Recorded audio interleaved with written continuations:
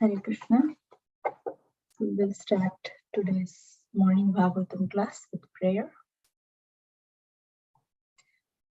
Om Ajnanatimiraandasya Jnananjana Shalakaya Chakshurunmilitam Yena Tasmai Shri Gurave Namaha Shri Chaitanya Manobhishtam Stapitam Yena Bhutale Swayam Rupa Kadamahyam Dadati Swapadantikam Vandeham Shri Guru Shri Yutapadakamalam Shri Gurun Vaishnavanscha Shri Rupam Sagrajatam Sahagana Raghunatanvitam Tam Sajivam Sadvaitam Savadutam Parijana Sahitam Krishna Chaitanya Devam Shri Radha Krishna Padan Sahagana Lalita Shri Vishakhanvitamscha He Krishna Karuna Sindhu Dinabandhu Jagatpate Gopesha Gopika Kanta Radha Kanta Namostute Tapta Kanchana Gaurangi Radhe Vrindavaneshwari Vrishabhanu Devi Pranamami Haripriye Vanchakalpatarubhyascha Kripa Sindhubhya Evacha Patitanam Pavanebhyo Vaishnavebhyo Namo Namaha Namo Vishnupadaya Krishna Preshtaya Bhutale Srimate Bhaktivedanta Swaminiti Namini Namaste Saraswate Deve Gauravani Pracharine Nirvisesha Shunyavadi Paschatya Desatarine Jai Sri Krishna Chaitanya Prabhu Nityananda Shri Advaita Gadadhar Srivasadi Gaura Bhakta Vrinda Hare Krishna Krishna Krishna Hare Hare Hare Rama Rama Rama Hare Hare Narayanam Namaskritya Naram Chaiva Narottamam Devim Saraswatim Vyasam Tato Jayam Mudirayet Sushusho Shraddhadanasya Vasudeva Kataruchi Syan Mahat Sevaya Vipra Punyatirtha Nishevanat Shrinvata Swakata Krishna Punya Shravana Kirtanaha Hridyantasto Hyavadrani Vidunoti Suhritsatam Nashtaprayeshu Vadreshu Nityam Bhagavata Sevaya Bhagavati Uttama Shloke Bhaktir Bhavati Naishtiki Tadarajastamo Bhava Kamalo Vadayaschaye Chetayate Rana Viddam Stitam Sattve Prasidati Evam Prasanna Manaso Bhagavat Bhakti Yogataha Bhagavat Tattva Vijnanam Mukta Sangasya Jayate Vidyate Hridaya Granthi Siddhyante Sarva Samshayaha Shiyante Chasya Karmani Drishtaye Vatmanishware Om Namo Bhagavate Vasudevaya Om Namo Bhagavate Vasudevaya Om Namo Bhagavate Vasudevaya. We are reading from Canto 2, Chapter 2, text number 15 today.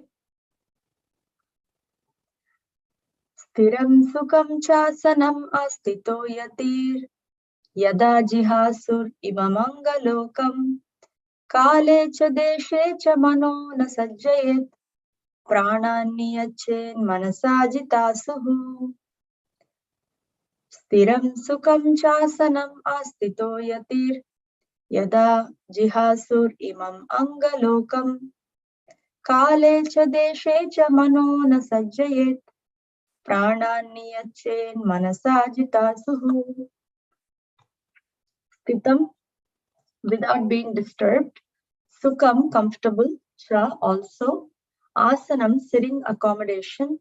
Astitaha, being situated. Yatihi, the sage. Yada, whenever. Jihasuhu, desires to give up. Imam, this. Anga, O king. Lokam, this body. Kale, in time. Cha, and. Deshe, in a proper place. Cha, also. Manaha, the mind. Na, not. Sajjayet, may not be perplexed. Pranan, the senses. Niyachet, must control. Manasa, by the mind. Jita asuhu, conquering the life air. Translation.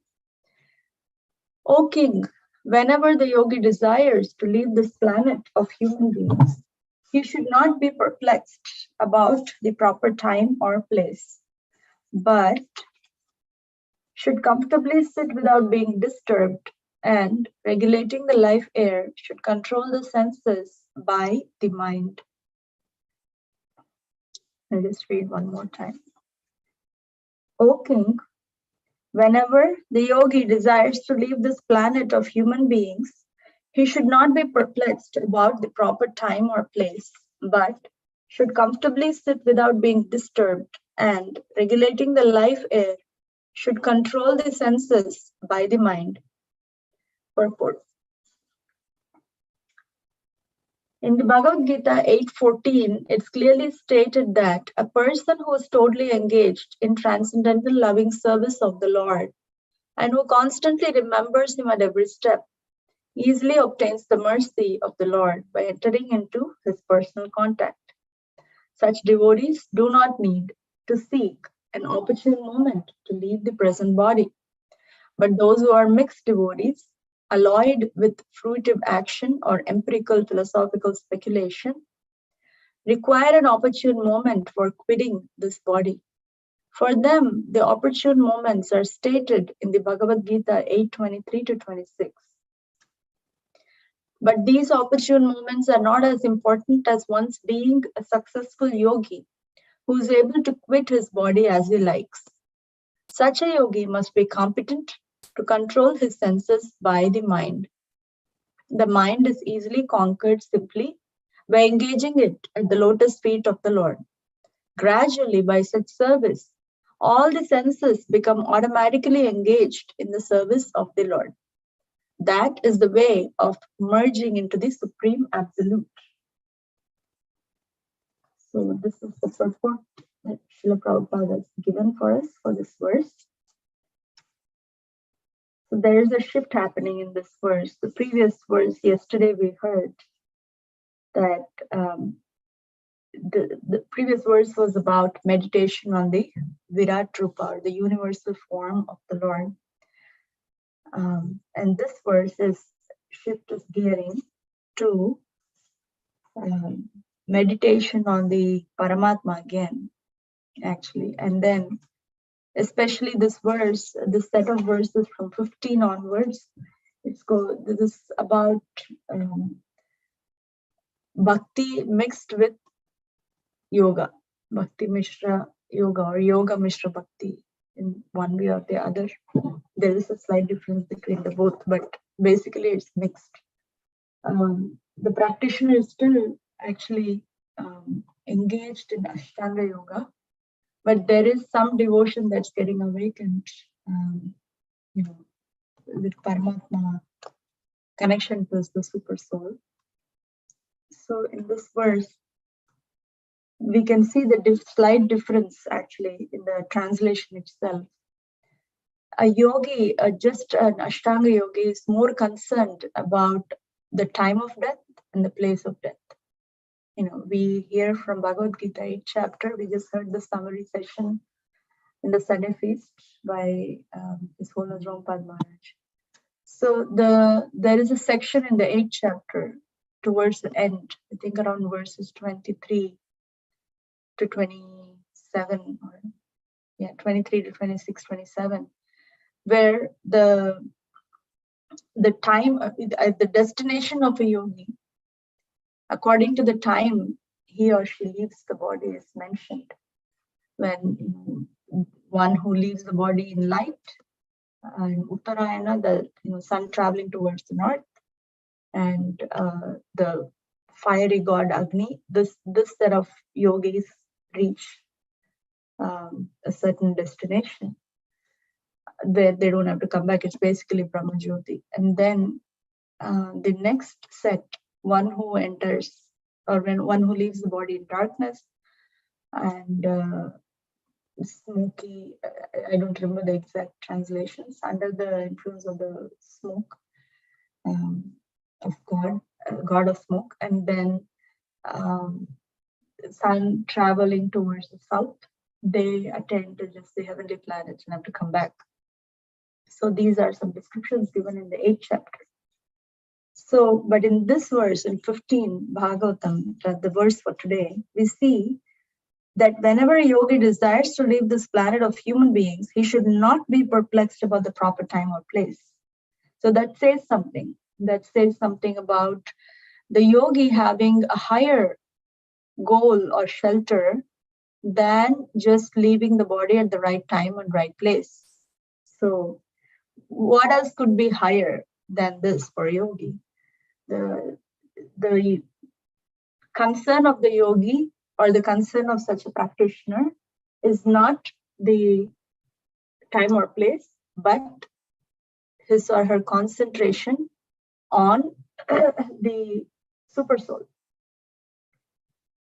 How concentrated his mind and he, the intelligence and all his, faculty on Supreme Lord. That is the concern of such a yogi here.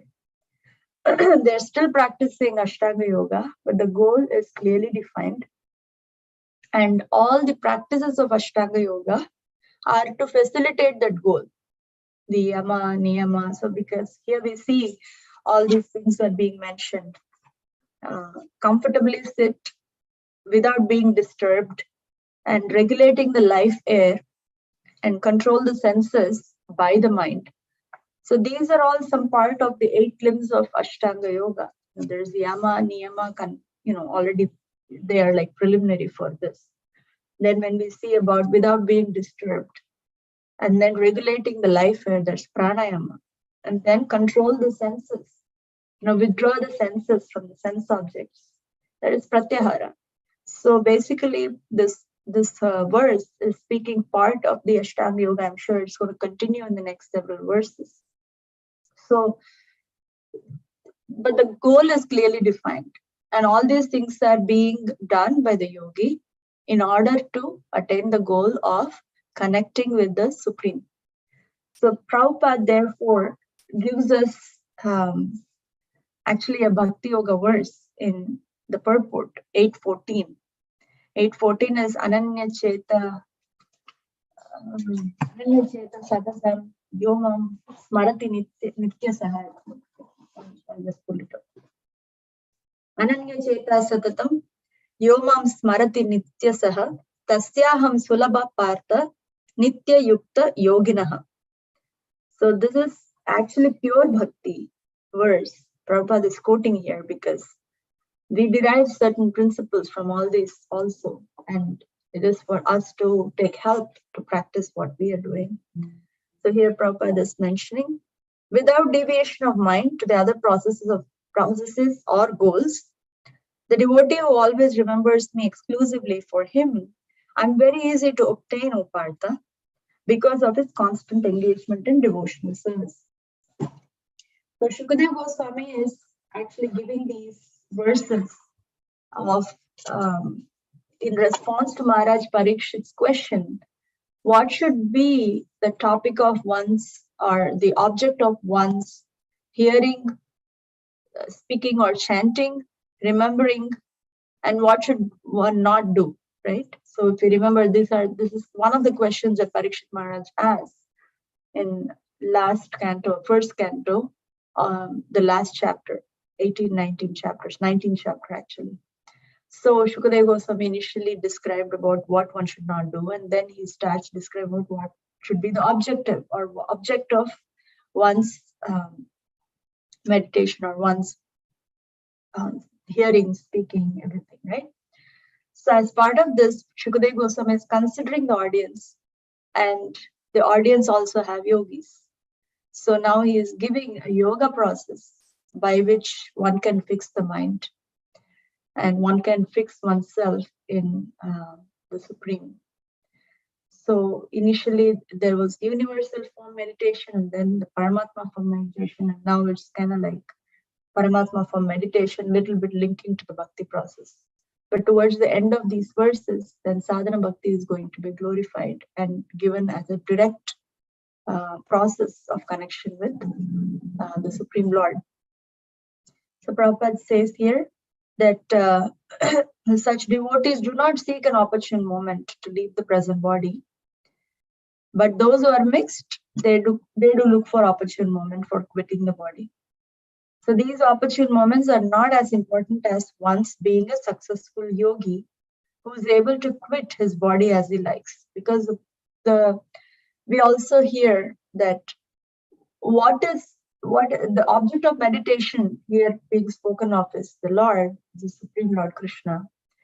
But what is it that one is looking to unite with Krishna, right? In what way one can unite with Krishna? So the devotees, the pure devotees who are fixed, they unite with Krishna in their interest also, meaning Krishna's will and the devotee's will, or Krishna's interest and devotee's interest becomes the same.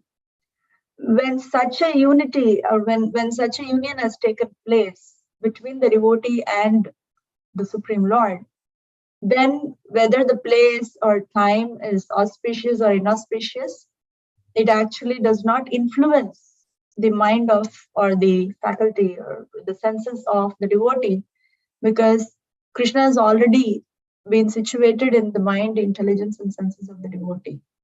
So it's not going to be hijacked by the other, desires or any other purpose or goal or path. So that's why because the goal is fixed and the path is fixed, there is no distraction. So here this is a yogi who is actually in the process of, this again Bhakti Mishra Yoga. Such a yogi must be competent to control his senses by the mind. The mind is easily conquered simply by engaging at the lotus feet of the Lord. Gradually, by its service, all the senses become automatically engaged in the service of the Lord. So we know the hierarchy also. There is dull matter, and beyond the dull matter is the senses. And then the superior to the senses is the mind, and superior to the mind is the intelligence. And then the master of all this is the spirit soul. And the master of the spirit soul is the supreme soul, or the super soul, the Supreme Lord. So we will see in these verses that here in this verse, just control of senses and by the power of mind is described. In the next few verses, control of the mind by the power of intelligence will be described. And how can the intelligence be used to actually fix the mind on the Lord is by the power of the soul, or by the willingness and the using of that willingness in connecting with the Lord by the soul. That will actually control the intelligence to control the mind, and the mind will control the senses. So everything will come in proper hierarchical order. So that's what is going to happen. And then this way, a yogi can merge into the Supreme Absolute. Again, there's this merging can be seen very different ways. One is Brahma Jyoti merging. But here we are talking about also that merging of one's interest to the Supreme Lord's interest. And we hear this Upanishad, also Ekatva principle. Ekatva means a pure devotee who sees everyone as one, in the oneness with the Lord with quality. A living entity is one with the Lord by quality, not quantity. But at the same, and also a pure devotee sees or has oneness with the Lord by interest. The pure devotee's interest and Krishna's interest are the same. So similarly, if that state is attained, then one attains the Lord and does not have to be worried about the time or place or circumstances of one's leaving the body. We're talking about really a high platform of fixity in the Supreme Lord. So that's all we have for this verse. And the next verses again, this will continue.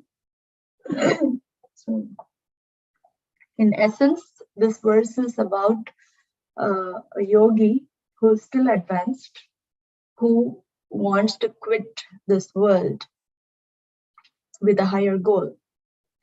And the higher goal here is the Supreme Lord or Super Soul. I think this will all become clear in the next several verses. This is the beginning of the new section. And towards that goal, a yogi progresses by following the Ashtanga Yoga process from yama, niyama, and then asana, pranayama, controlling the life air, and then withdrawing the senses and the mind, pratyahara, by the power of the mind. So that is described in this verse. And when the mind and the intelligence and the faculty of a yogi is fixed on the goal, the right goal, then such a yogi does not care for the time, place, circumstance of when they're going to leave the body, because they know that it's going to be the ultimate destination anyway. So that's the summary. If anyone has any thoughts, please kindly share. Thank you so much.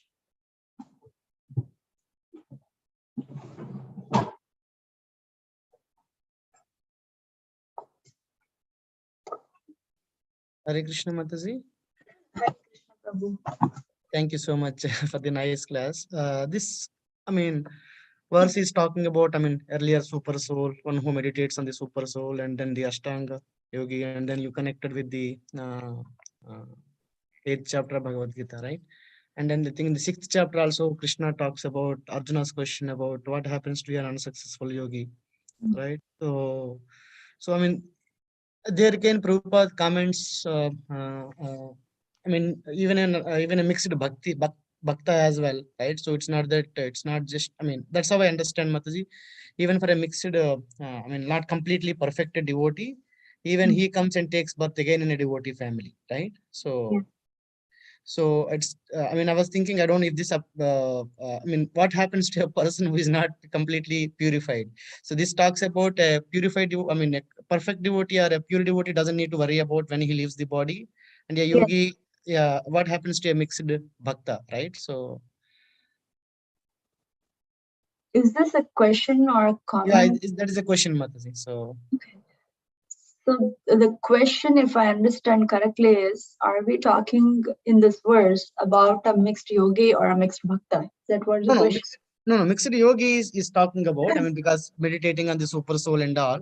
So my question is, what happens to a mixed bhakta, right? Because, pure devotee doesn't need to worry when he leaves the body. Krishna is always with him, right? So, of course, for a devotee who is not perfect, based on our degree of surrender, Krishna is with us, right? So a mixed bhakta, from Bhagavad Gita, right? They do get Suchi or Srimad, a aristocratic family, or a clean, in the sense, clean habits, and such a family where, and if depending on the significant, the progress, if the level of progress is really made real far into the process of bhakti, but not to the end or something, then one also takes birth in not just a Suchi or Srimad families, but also, but in a Vaishnava family, where from the beginning, Krishna is given to such a person. That also Prabhupada explains in the purport of that verse that we are talking about in 6th chapter of Gita. And a yogi who is not perfect, that's the difference is, if the yogi's goal is clearly defined, that it is actually the Supreme Lord, it is already some bhakti is mixed in it. They're attached to the process of yoga, or the process they choose to practice is that Ashtanga yoga, but there is some link with the Lord. So they also get an opportunity to practice from there. But then if a yogi who is not having a clearly defined goal, but just practicing, then they attain the higher planets and come back again to practice. I don't know where the reference is to. We see the reference about how they will go to higher planets, but then we don't know after that when they come back, where do they come back? That part I don't know. There will, if whatever, but a principle that we learn from Bhagavad Gita is Neha Vikramanashosti, right? Whatever little connection that one develops with the process of bhakti, one begins from that stage in the next life. If it is 1%, they begin from that 1%. If it is 20%, they begin from the 20%, 50%, 70%. And depending on that percentage, they take birth at a family from where they can practice from that percentage, in one sense, if we see that proportionately. And it's all complicated. I don't know if we can really get it straight, 1 + 1 is to 2 kind of a situation in this. So is that applicable even for the yogi, Mataji? Because there, if you in the 6th chapter, right, Krishna talks about the yogi, and then I think, because I'm just looking at the verses. So I mean, there Arjuna will ask question: what happens if he is neither here nor there, right? Like a raven cloud. So I mean, then Krishna talks about this verse, right? I mean, it's we don't need to worry. I mean, if an unsuccessful transcendentalist, so he will take birth. I mean, that is where the sequence it comes, right? So that's what I was thinking. So the if the yogi who is not perfect, right? So he also, we need to interrupt, but there is the clarity of what the yogi is trying to do is important. You know what I mean? Like, because there is yoga ruda and yoga arurukshu, meaning like beginner stage and the advanced stage, right? Yes. So when the yogi is just practicing Ashtanga yoga without even a clear defined goal, then where would they end? We don't. I don't know. Yeah. And then if the goal is Brahma Jyoti and they haven't even come close to that, then they get the opportunity.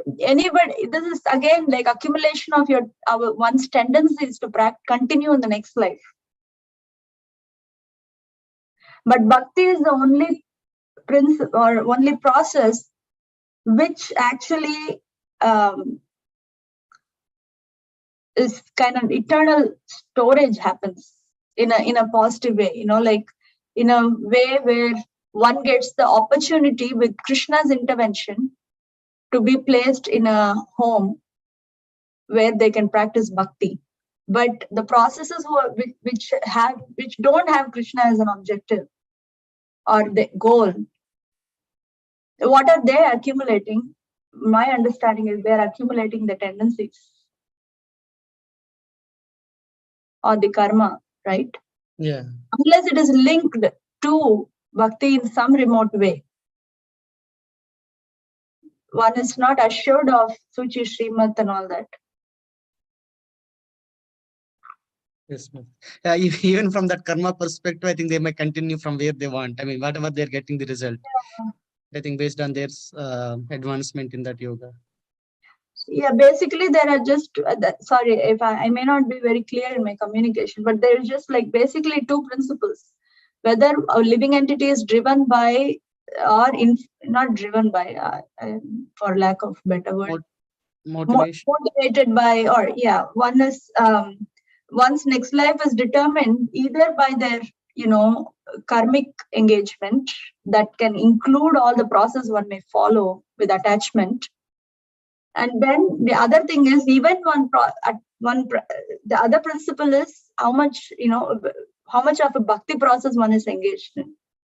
In these two, the main difference is whether Krishna is involved or not involved. Yes, Mataji. Yeah. Now, if Krishna is involved, then you're assured, or we are assured of at least a human birth. If not a little bit further, okay, we can practice from a family who is comfortable in their living conditions, aristocratic family, or one may practice at a family where even if not highly comfortable in economical conditions, one is situated in some basic principles connected to the Vedas. Or if one has made significant advancement, one moves on to a transcendentalist family or a devotee family. That is Krishna's involvement. If Krishna is not involved, then how can we assure of all this? Yes, Mataji, because then we are driving ourselves with our mind, or one is driven by one's manoratha. Because Krishna is not involved, then what is in the mind? It's the bunch of impressions and tendencies which one has accumulated through that life. It may be a positive tendency, meaning favorable tendency or moral tendency or not. But minus Krishna, it's karma, right? In one Yes, sense. Mataji. Yeah, nice. I think that is why, yeah, I think answered.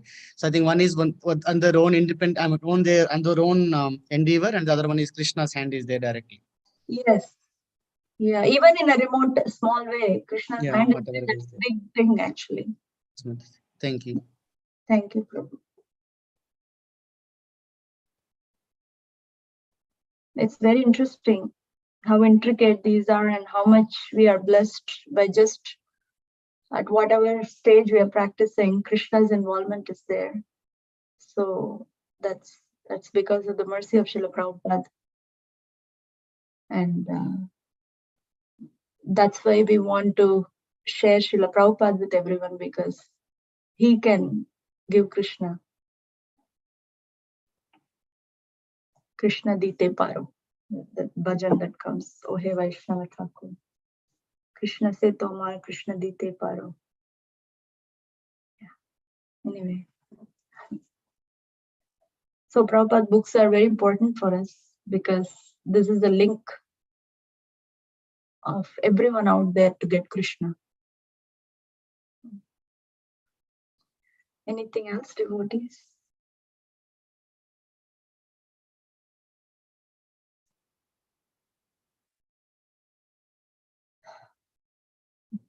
Okay. Thank you so much. Again, we began this new section from text 15 today. We are progressively going to see how bhakti is the amazing process, but nobody else is really barred. To whichever place one is, then connect Krishna there, and everything becomes auspicious. Incrementally, one would connect with Krishna. The more the connection is, then the bhakti becomes increasing than the other processes. So, thank you so much. Thank We you, will. Mataji. Hare Krishna, Vanchakalpatarubhyacha Kripasindhubhyevacha Patitanam Pavanebhyo Vaishnavebhyo Namo Namaha. Srimad Bhagavatam ki jai. Srila Prabhupada.